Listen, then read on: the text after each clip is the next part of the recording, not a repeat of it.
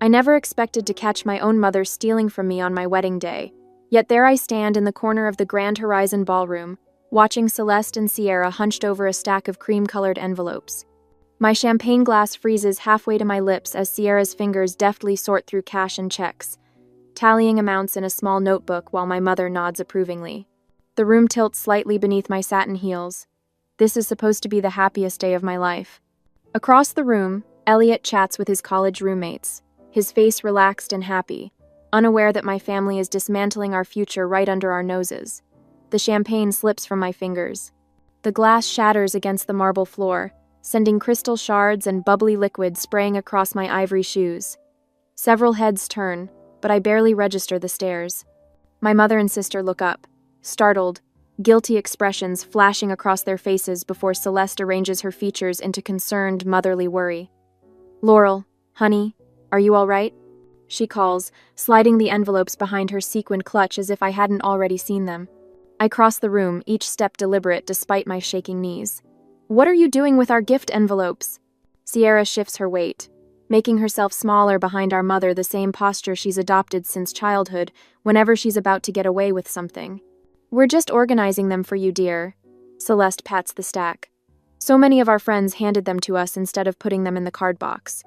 My pulse thunders in my ears.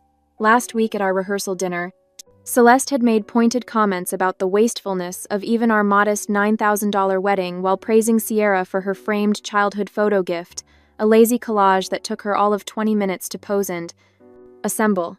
The same dinner where my mother questioned our venue choice for the 5th time, wondering aloud if we really needed such an extravagant space. "I'd like the envelopes now, please." I extend my hand, surprised to find it steady. Celeste waves dismissively. "We'll keep them safe until tomorrow. You've got enough to worry about tonight." That money was given to me and Elliot. My voice doesn't waver. "Well."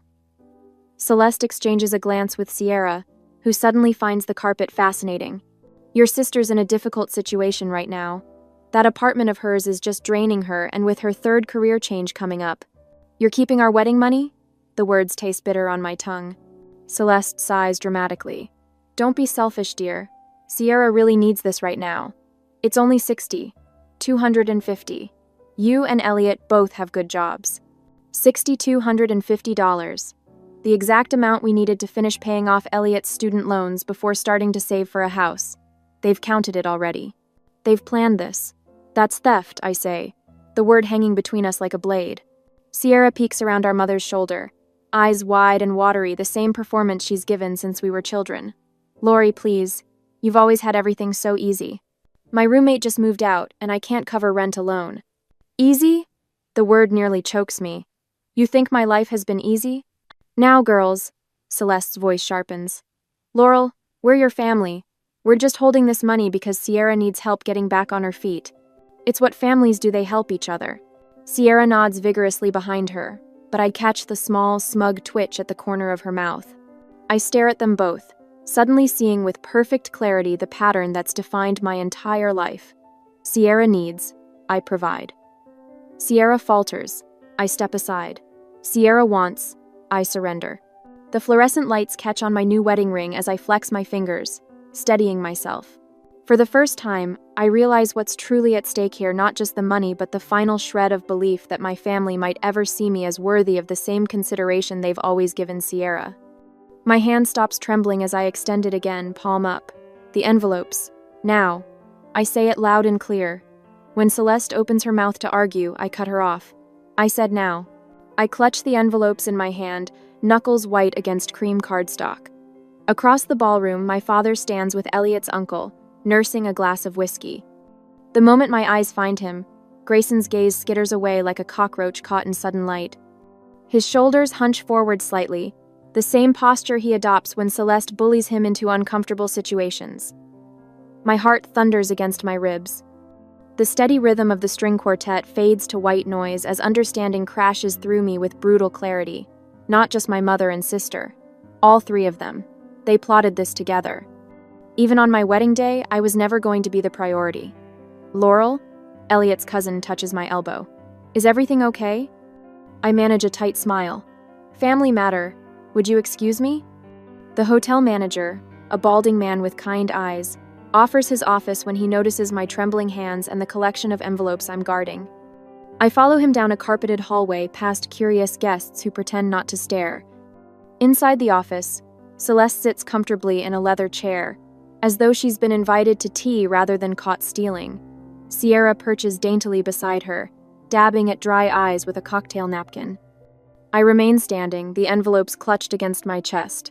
Celeste pats the empty chair next to her. "Sit down, honey. You're making this into something it isn't." The patronizing gesture, as though I'm still 7 years old, makes my jaw clench. Before I can respond, the door opens behind me. Grayson slips in, positioning himself naturally at Celeste's side. The three of them form a united front, just as they have my entire life. We've been managing Sierra's apartment payments for nearly 4 years now, Grayson explains, not quite meeting my eyes. Her landlord raised the rent again last month.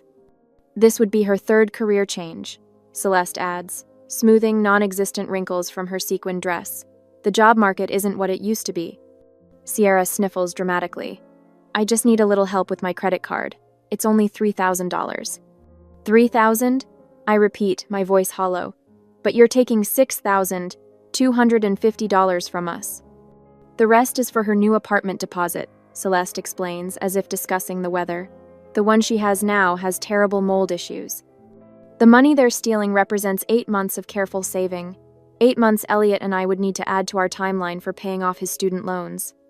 8 more months before we could start saving for a house down payment, but the money isn't what makes my stomach twist into knots. It's the realization that they sat around their kitchen table, calculating exactly how much they could take from me on my wedding day. While I addressed invitations and chose flowers, they were planning this theft. Did you even consider what this money means to us? The question comes out quieter than I intended. Oh, please. Celeste waves dismissively. You and Elliot both have stable jobs. Sierra doesn't have anyone to help her but us. Us, I repeat. You mean me. Family helps family, Grayson says, the words practiced and hollow. I want to remind him about the medical bill I faced alone after slipping on a wet floor at work 3 years ago. $4,200 that I paid while working through painful physical therapy sessions. When I asked for help, Celeste had sighed and explained they were stretched thin helping Sierra through culinary school, her second abandoned career path. The door opens again, and Elliot appears in the doorway. His face remains calm, but his eyes scan the room with alert precision, taking in the tableau of my family arranged against me. When his gaze lands on the envelopes in my hands, understanding flickers across his features. My father shifts uncomfortably, adjusting his tie with a finger. For the first time, I wonder if I should expose every instance of their favoritism from my childhood right there at my wedding, or if responding with quiet dignity would be the more powerful statement. Would revealing decades of pain change anything? Or would it just give them another opportunity to dismiss me as too sensitive? Elliot steps fully into the room, closing the door behind him. The soft click feels like permission to finally speak my truth. The envelopes stay with us, I say, my voice finding its strength. Every single one.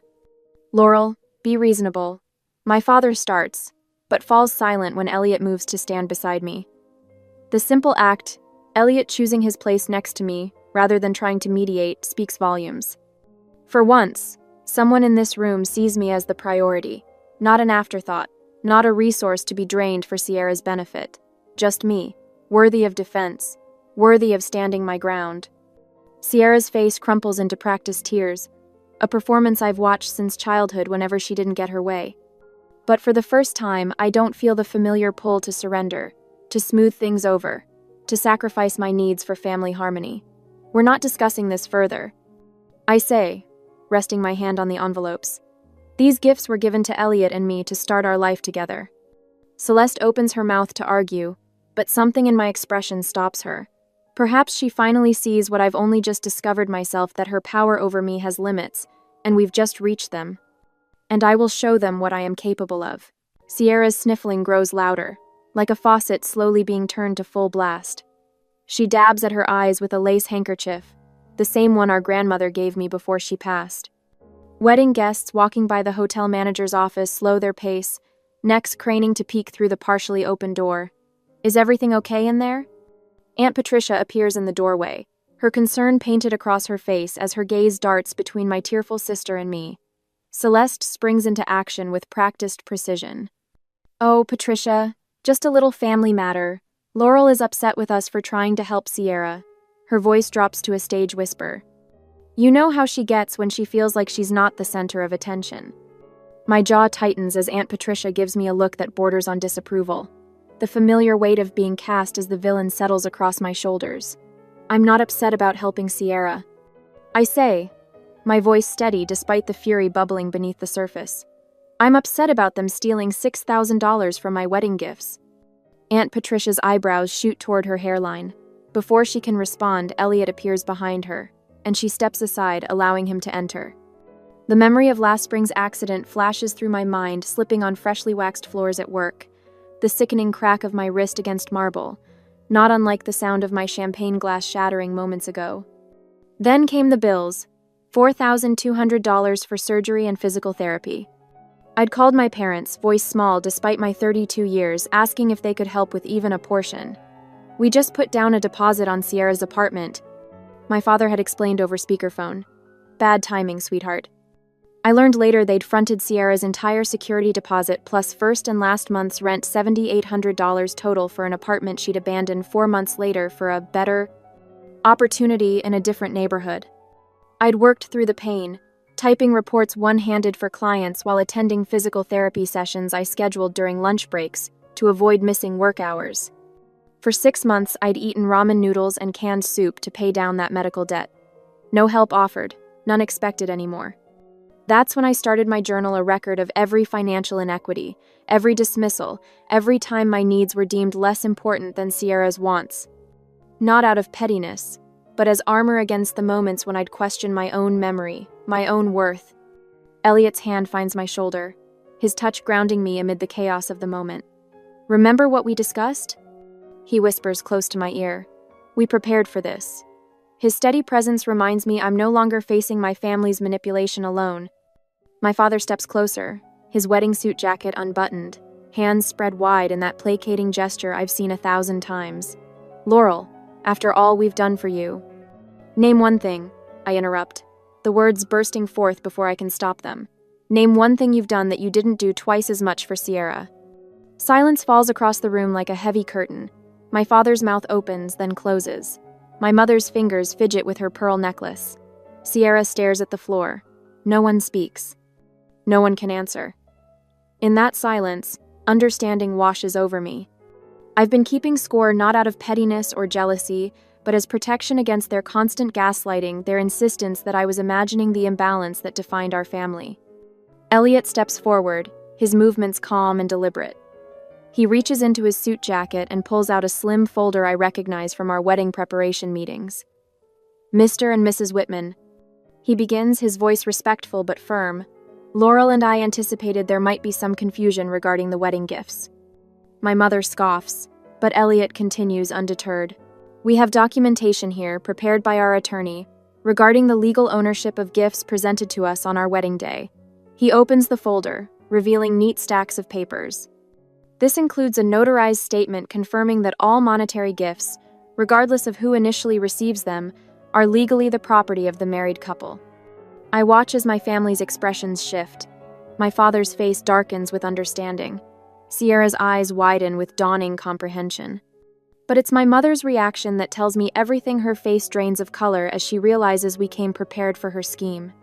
For the first time in any family confrontation, I feel my spine straighten, my shoulders square.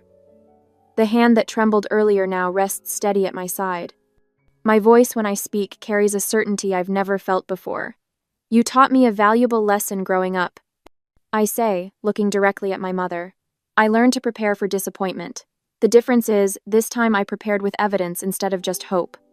Elliot slides the legal document across the table toward my father, who picks it up with reluctant fingers. "You have 30 minutes to return the envelopes," I say, "or we involve hotel security and potentially the police."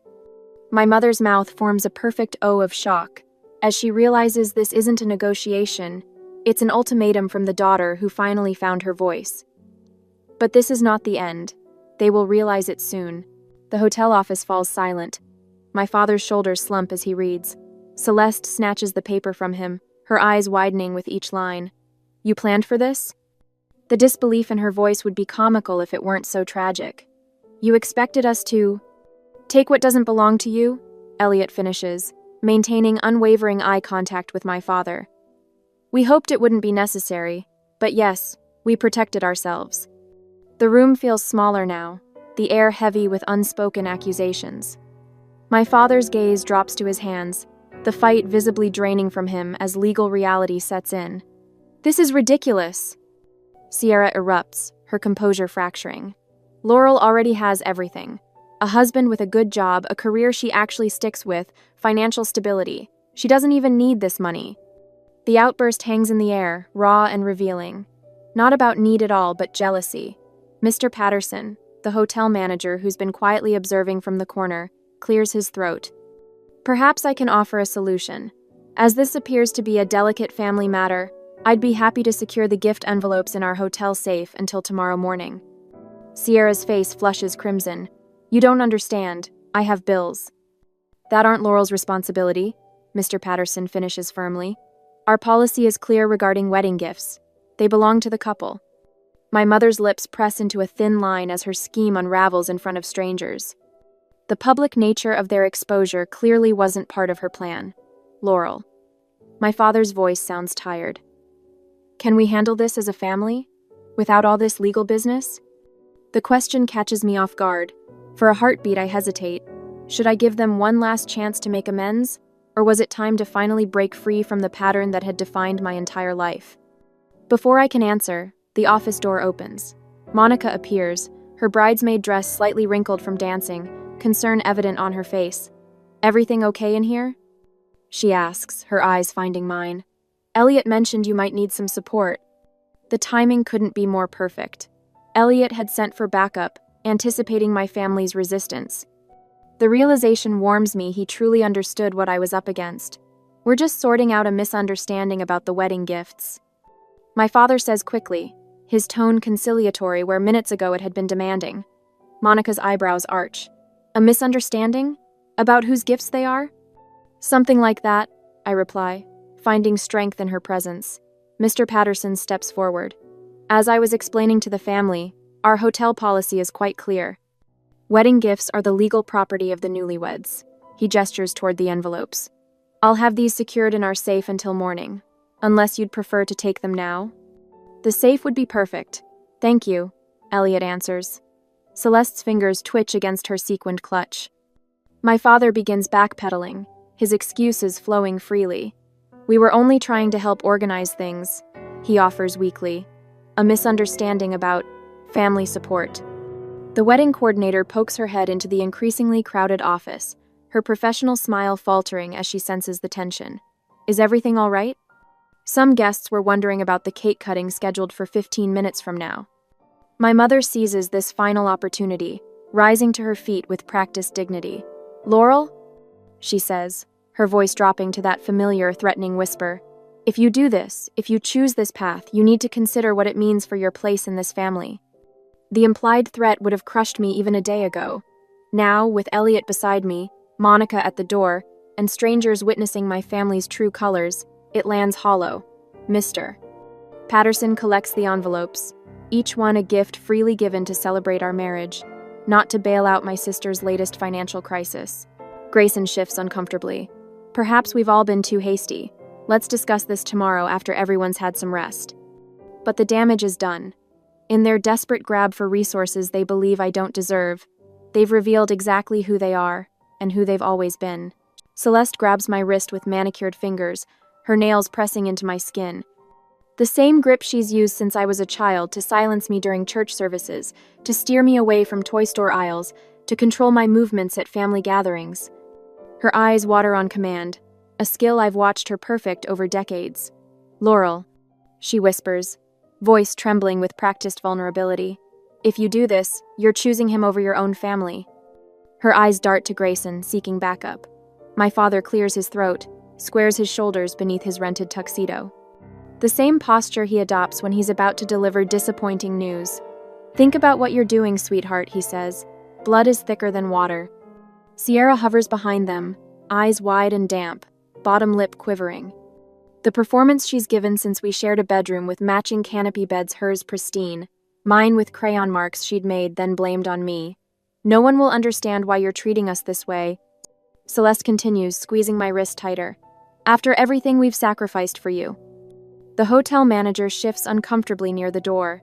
Monica stands beside Elliot, both silent witnesses to my family's final manipulation attempt. The weight of 32 years of acquiescence presses against my chest, that familiar tightness threatening to silence me once more. But something has changed. The pressure of Elliot's wedding band against my finger reminds me I'm no longer alone. The gold band catches the light, a circle with no beginning and no end, unlike the conditional love I've known my entire life. I look down at my mother's hand on my wrist. Her knuckles are white with effort, the diamond tennis bracelet Sierra gave her for Christmas glinting against her skin.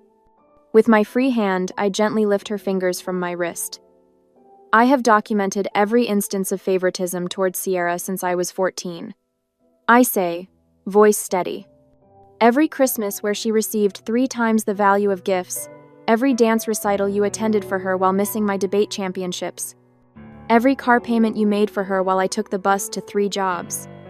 Celeste's mouth opens, but I continue before she can interrupt. The $4,200 medical bill I paid myself after breaking my ankle at work. The college textbooks I bought while Sierra's were delivered to our house with gift wrap. The rent deposits you covered for her while telling me to figure it out when my first apartment's pipes burst. My father's face drains of color. You kept track? All this time? I had to, I reply. Otherwise, I'd question whether I was imagining things when you told me I was being selfish for expecting equal treatment. Sierra steps forward. This is ridiculous. You've always been jealous of me. No, Sierra. I've always been invisible beside you. I turn back to my mother, who has recovered enough to attempt her signature dismissive laugh. I'm not choosing Elliot over family. I tell her. I'm choosing myself for the first time. The significance of these words lands in the silent room. The manager clears his throat. Mrs. Whitman, I'll escort you and your husband back to the reception. The gifts will remain secure in our safe until tomorrow morning. My mother's face hardens. We're not finished discussing this. Yes, I say. We are. Elliot places his hand at the small of my back as we walk through the hotel corridor. With each step, my spine straightens. The ballroom doors open, and wedding guests turn toward us, glasses of champagne in hand, oblivious to the seismic shift that just occurred. I squeeze Elliot's hand. We've discussed what would happen if my family attempted this. Now it's time to follow through. The band notices our return and smoothly transitions to our chosen song. Elliot guides me to the center of the room, where our DJ stands ready with a microphone. Ladies and gentlemen, the DJ announces, the bride would like to say a few words. I take the microphone, scanning the room until I find my parents and sister slinking in through a side door. Sierra immediately turns toward the exit, but a cluster of elderly great-aunts blocks her path. Thank you all for coming today. I begin. My voice carries across the silent room. Elliot and I are overwhelmed by your generosity and support. Every card, every gift, every moment you've shared with us today reminds us what true family looks like. My gaze moves deliberately to Elliot's parents, who beam from their table near the dance floor. I especially want to thank Jim and Barbara Crane. I continue, for showing me what supportive parents look like, for treating me like a daughter from the moment we met, for demonstrating that love doesn't come with conditions or comparisons. A murmur ripples through the crowd. From the corner of my eye, I see my mother stiffen, her social mask slipping. She whispers something urgent to my father, who nods and begins gathering their things. To everyone who contributed to our future together, my voice catches, but I push through. Your generosity will help us start our married life on solid ground. We promise to honor your gifts by building something beautiful together. Applause erupts as I hand back the microphone. Elliot pulls me close, his lips brushing my ear. You did it, he whispers. I'm so proud of you. Across the room, my parents make their way toward the exit, Sierra trailing behind them like a shadow. Several guests turn to watch them leave, whispering behind their hands. The rumors will spread through our family before morning how Laurel finally stood up to Celeste, how the golden child Sierra wasn't so golden after all, how the quiet daughter found her voice on her wedding day. My mother pauses at the door, looking back at me one last time. I meet her gaze without flinching. For a moment, Something like respect flickers across her face before she turns and disappears into the night. I don't know if I'll ever speak to them again. The thought brings neither sadness nor relief, only a strange, weightless freedom I've never felt before. The music swells around us. Elliot leads me into our first dance as husband and wife. 6 months feels like a lifetime. The afternoon sun streams through the windows of our new apartment as I arrange fresh lilies in a crystal vase, a housewarming gift from Monica. Elliot works at the dining table, spreadsheets open on his laptop, his forehead creased in concentration.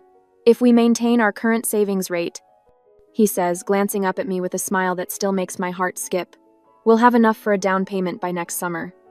I walk over and kiss the top of his head, ahead of schedule. This simple moment discussing finances without anxiety knotting my stomach still surprises me. Every decision we make together feels like building something sturdy, something real. The phone rings, and I answer without hesitation. No more flinching, no more assuming it's Celeste with another demand disguised as family obligation. Later that evening, Elliot takes me to Riverwood Bistro for our 6-month anniversary. The candles flicker between us as we toast to half a year of marriage. My phone vibrates against the table. Sierra's name appears on the screen alongside her message. Need $800 for car repair. Can you help? It's an emergency. 6 months ago, panic would have flooded my system, the familiar guilt, the rehearsed excuses, the inevitable surrender. Now, I simply type, number. I set the phone down and take a sip of wine. No explanation, no apology, no justification. Everything okay? Elliot asks, his eyes concerned but not intrusive. Yes, I say, and mean it. Everything is perfect. The weekend brings a small gathering at our apartment, Monica, arriving with homemade apple pie. Elliot's parents bringing a vintage bottle of Cabernet and warm hugs that envelop me completely. Diane and Robert Crane treat me with a natural affection that still catches me off guard. To Laurel and Elliot, Robert raises his glass, his voice steady and sincere. And to building the family you choose. The words settle over me like a quilt, warm, comforting, true. I lean against Elliot, watching Monica laugh at something Diane says, the evening light turning everything golden. This is what family should feel like. This is what I deserve. Sunday morning, I hang our favorite wedding photograph on the living room wall, Elliot and me dancing, foreheads touching, surrounded by friends. No forced smiles beside Celeste. No awkward tension next to Grayson. No Sierra hovering jealously at the edges. In our bathroom, a pregnancy test box sits in the cabinet beneath the sink, waiting for the right moment. On the coffee table, brochures for family therapy peek out from beneath a magazine, not to reconcile with my blood relatives, but to ensure I don't carry those patterns forward. I kneel beside a cardboard box labeled past, and place my childhood journal inside the one where I documented years of favoritism, small cruelties, and financial inequities. My fingers linger on its worn cover before I close the box. As I sealed away the evidence of my family's treatment, I wondered if some relationships are better honored in memory rather than in present reality. Would you maintain contact with family who saw you as nothing more than a resource for your sibling? Or would you focus on building a healthier future with those who truly see your worth? I push the box toward the back of the closet and return to the sunlight of our living room, where Elliot waits with fresh coffee and possibilities that finally belong entirely to us.